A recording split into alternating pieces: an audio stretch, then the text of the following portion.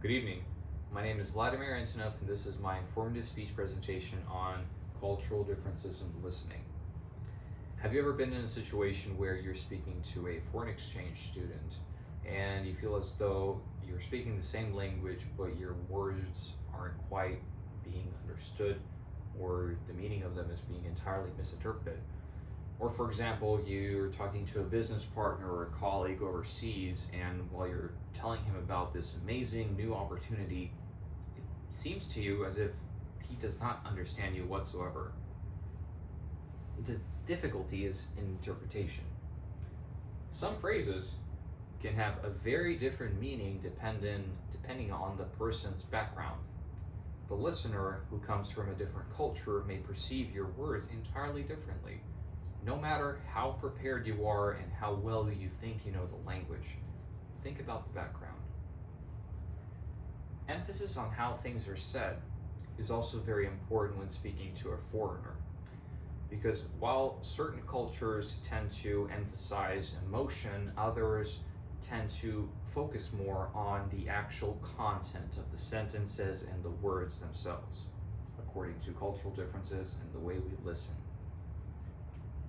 Putting yourself in your listener's shoes is also a very useful tool because it allows you to kind of take a pause and try to think of how your words may be perceived by the other person with their different background, with their different cultural upbringing, and simply, how they might see you as a foreigner trying to say the words that you think you're saying, but just with a different meaning.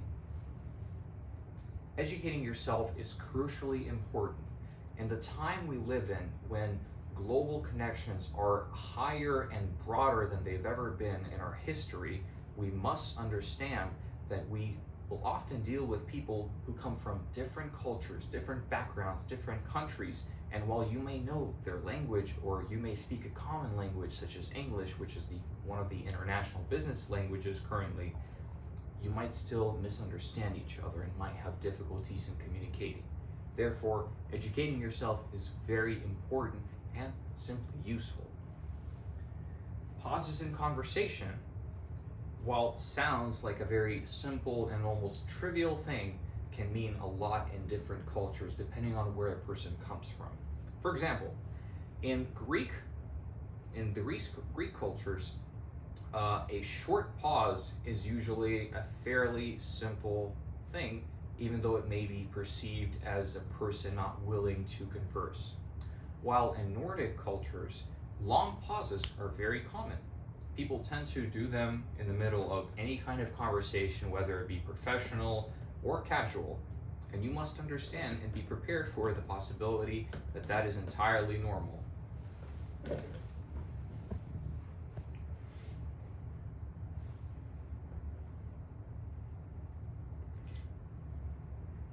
Language is truly the carrier of culture. While we may learn a different language, we have to understand that language and culture is an inseparable phenomenon. And while we may understand the words, the meaning of them, and how to build a sentence, for example, we may not understand the actual context behind that. So learning a foreign language, you really have to know that while you may be able to speak it, that's really only half the battle to actually being able to master it and communicate effectively with the people who are born with it, who come from that culture, from that country, and for who that language is basically like English for us. Learning the history of a culture is also crucially important. As I said before, you must understand, instead of trying to simply pinpoint which most used words come from a different language with which you're trying to communicate with. Try to pick up a history book. Read about the specific historical dates and what made that history for that culture important, because that will also allow you to sort of change that gap that we have as foreigners to be able to understand where that other person may come from, how their language is perceived and what is important to their culture, because that will also allow you to understand the context and the content of that culture. According to LIU and Liu Zhang study on difficulties in communication and learning for Chinese children. Difficulties for children learning, as I just mentioned, is also a very common phenomenon when kids learn the language of their ancestors, their parents, their families, yet through that upbringing and that understanding of the language, they merely have a very shallow approach to what the language actually converses, what it says, without being able to understand the historical meaning and background of the language. And therefore kids are born and they grow up with severe holes in their understanding of the culture and the context of the language. Teaching yourself is a very common technique nowadays simply because it's so accessible. You can go on the internet, open up your phone, go to Google, and you can find several ways of learning a different language, be it through videos, audiobooks, music, or podcasts. While that is helpful, you must understand that you simply have to immerse yourself in a different culture to be able to truly understand it. While you may speak it, you really have to be able to listen to it and hear it. A little effort, as they say, goes a long way. People from different cultures always have the tendency to perceive each other as foreign, a little bit sort of shadowed, because we don't truly understand where the other person comes from. And putting in that extra effort to understand somebody else, to be able to communicate with them effectively, and to be able to be respectful towards their history and the content of their culture is incredibly important, because people appreciate that. Proper greetings. While in the United States, we may be very casual in how we address others, simply seeing a person on the street, when you say, "Hey, how are you doing today?" In other countries, when a younger person addresses an elder or somebody of high stature or of some kind of social class, they must be addressed in a certain particular way, or it is considered a bad upbringing. In the US and foreign analogies specifically, when saying, "Hey, what's going on?" to a person you meet, even an older person, can be considered completely normal. In Germany, for example, speaking to a person who is just a few years older than you can be considered very poor taste. So you have to understand that there are certain ways of addressing a person who is older than you, and you have to adhere to those customs and those traditions, because it is very important in allowing yourself to be also understood the correct way. Formal and informal language is an important and crucial part of that. That specific process, the German and Germanic cultures as a whole tend to be more professional and more precise when they choose the words and the way a person is addressed depending on their social status and class. That also includes a person who is simply older than you. Even if it is only a few years older, that it still has a very great impact. Body language. While walking casually on the street somewhere in the States, you can nod to a person who is approaching you on the sidewalk and just say, "Hey, what's up?" In a different country, such as Russia, where my ancestors come from, that can be considered almost as a sign of mockery, or even, in some cases, flirtation. So I would be very careful when studying the way foreigners communicate with others, even on foreign territories, because that shows you of how they are brought up and how they choose to behave in their own cultures. Because usually people have a very hard time in switching and duplicating their own behavior on foreign territory, soil, whenever they're visiting or traveling overseas. Technology.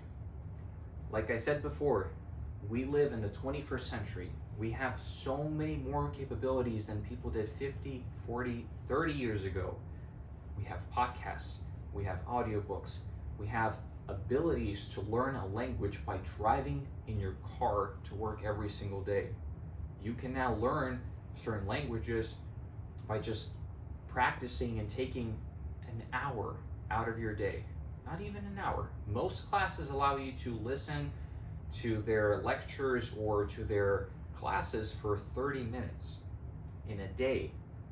And considering that, most people tend to be able to learn at least partially on a basic communication level a foreign language for doing it only for 30 minutes a day. Very simple. The opportunities that we currently have are incredible. Observing proper examples is also a very important way to do so. While we have all of these outlets and avenues for learning a foreign language, we have to understand that maybe observing a person, a foreigner, how they speak, how they act from that specific culture, the language you wish to learn, is a very useful tool in being able to apply your language, your skills, your understanding of how they speak to your own learning process. Interacting and speaking with a native, very important and very useful, because that way you get to literally trace their way of communicating and behaving. Immersing yourself in foreign arts, music has been found to be a very useful tool. While we may read books, watch movies, listening to foreign music, if that's the language you wish to learn, for example, you want to learn German, listening to German music is a very easy way to hear how people speak, hear what kind of pauses they make, what tone they use, because that, while it may seem a little bit strange and difficult to understand at first, it will provide you with an opportunity to better be able to understand where the person is coming from and how he's communicating, even though it is more of an artistic and emotional form of expression. According to Jocelyn and Sloboda. Reading history books, as I mentioned before, learning about the culture's history is incredibly important. Learn a person's history and you can have a better understanding and appreciation for their culture.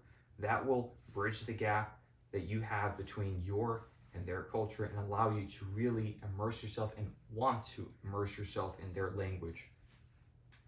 And then finally, understanding the difference between a collectivistic and an individualistic society, according to Dragan and Scherblom.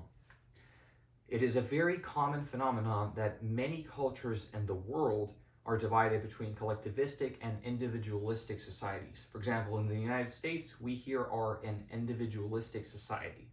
We tend to perceive the individual as the most important member of society, while in certain other cultures, the collectivistic part is what makes the society operate successfully. For example, in socialist countries, it is often considered that collectivism is the way for the country to prosper and achieve greatness. Here, it's otherwise. You have the individual, and that individual has his journey, and however that journey goes is what makes the country function. While other countries, for example, even the Soviet Union from history books, was a very collectivistic society. And many other Asian cultures as well. They have a more tender understanding that the collective work and fruits of that labor are what helps the government, the country, the culture achieve prosperity and breakthroughs. Finally, the conclusion. While we have so many ways of approaching each other, learning a different language, it is important that we listen and really understand that there are certain ways that you have to listen in order to be able to truly benefit from what you hear, the information you receive, and the way you go about learning that language and learning about the culture. Listening to traditional good music, watching old good cinematography as well, reading about the history, speaking to natives, being able to understand and trying to really put in the effort to appreciate the culture is what truly allows you to become, if not fluent, then more understanding towards a foreigner and understand their culture. Thank you very much. This is my presentation. These are the photo citations that I used for the presentation, and these are the works cited.